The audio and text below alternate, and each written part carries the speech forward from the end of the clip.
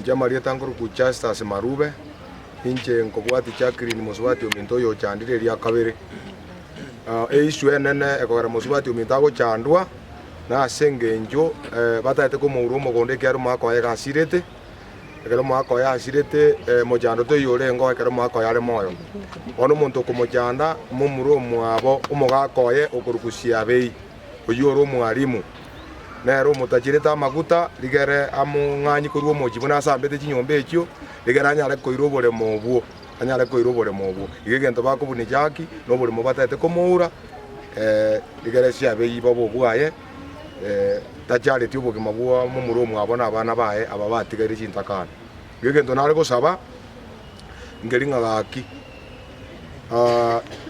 wango gantware nge ground igari ngaigo bagoteba ngachaki asaba mabera ngo baburi bunu mo pasta omonto takere gosabwa mabera no monto agoseire gosero monto agoseta so igo tigo mane bwacha kiborokane. Mimi naitwa Thompson Osoro. Thompson Osoro ni mtu wa human rights hapa Kisii. Kuna kesi ile ilikuwa kotini ya mama ambaye nyumba zake zote zilichomwa, mifugo yake yote ikachukuliwa, mashini yake ya kusiaga kawa ikachukuliwa. The matter was reported at the Nyanza area police station. Mama report watoto wake walikuwa divided. Kutoka hiyo ziku mama hajawahi pata justice. Sasa tumeandika mabarua kwenda kwa DPP, kwa County Commissioner Kisii, DPP Kisii branch wateka action. Mpaka saa hii ni mwezi wa 3. Mama saa hii anakaa kwa orphanage na watoto wake wote. Akona candidates ambao wanaenda kukaa exam this year wako kwa orphanage.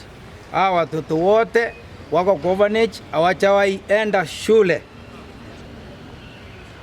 Sasa tumekuja kotini leo. Koti ndiye beane directions. Si koti ingie micromanage those institutions in place, but to put things right. Lakini kwa sababu ya system hii firing, tulifile affidavit, the AG was served, the DPP was served, they have not responded.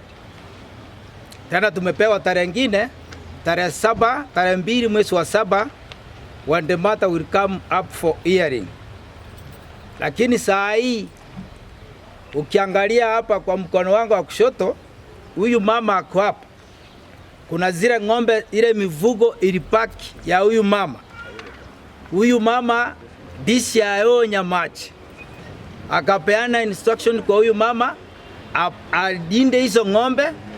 Huyu mama ni mtu ako almost 90 years. Ana shamba ya kufuga hizo mang'ombe hiyo mifugo yote hiyo. Lakini sasa yeye amepewa hiyo jukumu achunge hizo mifugo. Mifugo ingine imekufa. Kuna pikipiki ya mama imeenda imechukuliwa na DCIO Nyamachi. Ndio amekaa na hiyo pikipiki. Pikipiki kuibigwa is part of the properties ambao zilikuwa recovered at the scene. Saa hii mama anakaa kwa orphanage, amesumbuka, hakuna mtu wa kumsaidia, ana security.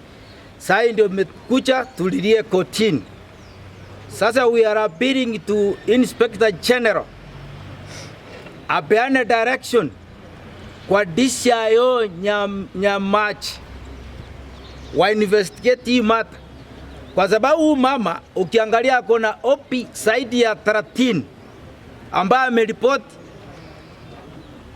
kwa hiyo police station na hakuna action imewahi kuwa taken. And this is one way of prejudicing the rights and freedoms ya huyu mama.